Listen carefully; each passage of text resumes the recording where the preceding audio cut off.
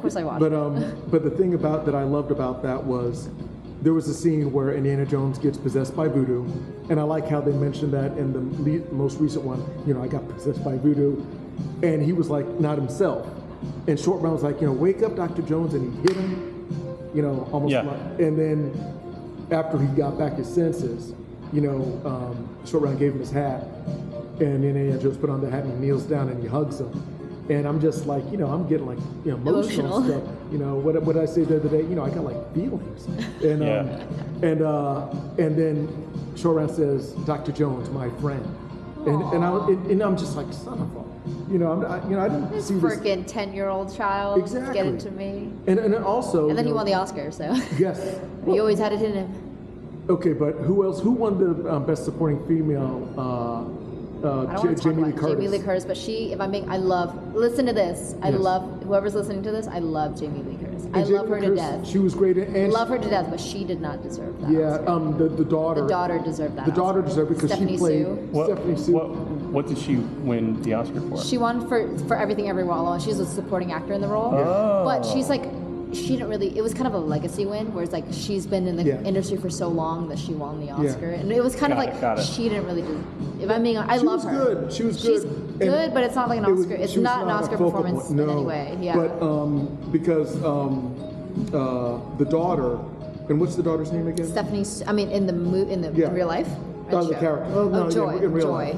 Joy, yeah, Joy. Joy's her, and real life her name is Stephanie Sue. Stephanie Sue. Yeah. Stephanie Sue played apparently not apparently, but in the movie, she understood the multiverse. Like she got it. She is the multiverse. So yeah. you know, and I still want you to see the new Spider-Man Into the Spider-Verse. Oh, that was so good. Yeah. Is it Into or It's the first one is I've only seen the first one. okay. second one is Across. It's called Across the Across. Spider-Verse, right? No, Across? well, yeah, I think the third one's gonna be Beyond. Something like that. Yeah. But there's a character, and it's multiverse again. I'm telling you, it's the new thing now. I think it's a post-COVID thing though.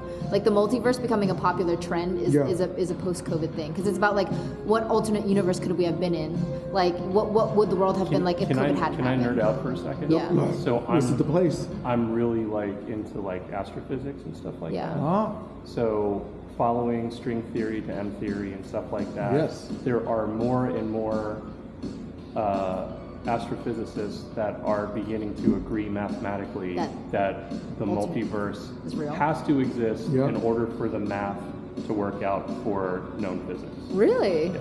well, Interesting. yeah, I mean, I remember, what's his name, Tyson, not Mike Tyson, but you know, the astrophysicist, you know, saying that it is quite possible and probable that there are multiverses with just infinite, or I don't know, maybe 23. No, but infinite versions, variations of like this. It's almost like a lot of people who argue that there's got to be aliens out there. Like the universe is so big, why would we be the only living creatures, like thinking sentient beings in the universe? Right.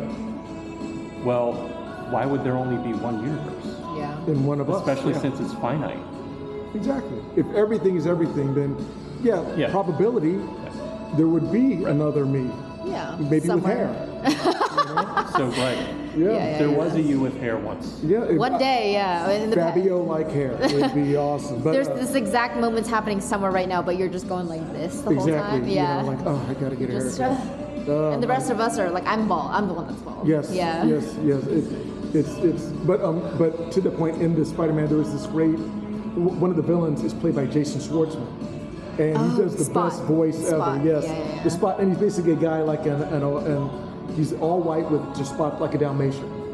But within the spots, you can put a spot on here and reach into it, kind of like Rick and Morty Yeah. with the portals. So listen, we've gone on a million tangents. Yes, I'm yes. gonna go on one more. Yeah. Please, Schwartzman. yes, I Heart Huckabees. very good, One of my favorite movies. very good. I Heart Huckabees, probably one of the best acting. You haven't seen it? I was talking to this camera, but Yeah. I have not seen it. No. I tell you what, probably one of the best acting performances by Marky Mark. Mark Wahlberg? Mark Yes. Wahlberg was in that movie.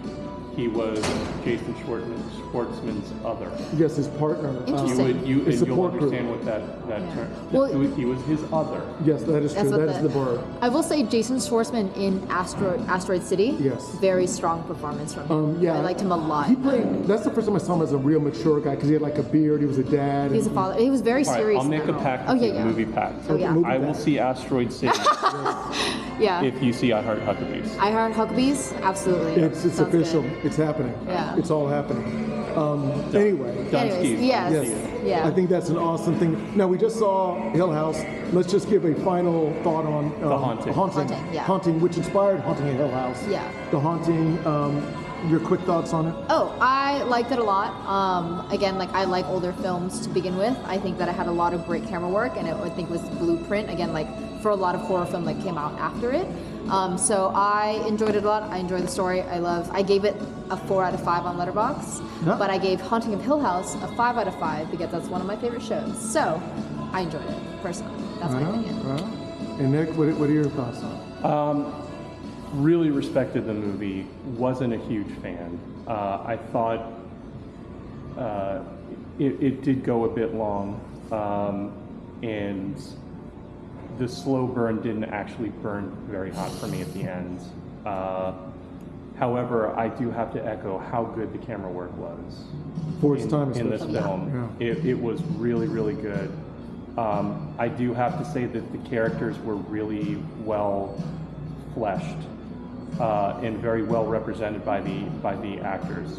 But did you like Haunting of Hill House more? 100%. Yeah. 100%. And again, it's not a genre thing; it's an era thing for me. Yeah. Yeah. But again, I'm so glad that I saw it because I did have some like personal revelations about movies, especially in this era.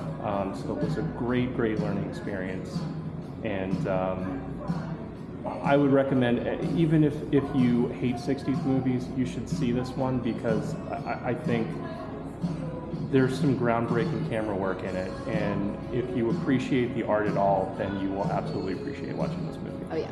That's an excellent point, and I'm with you on that. I mean, I come here all the time, and I'll see films. I have no idea what I'm about to watch. I've seen stuff with Hugh Montgomery from My Three Sons, where he plays an insurance investigator, and I'm watching this, and it's blowing my mind. Not that this is my film, but just seeing him in this context and how they used to do. We were talking about the transatlantic affect and how people would in early films would enunciate and just it was a different approach to film.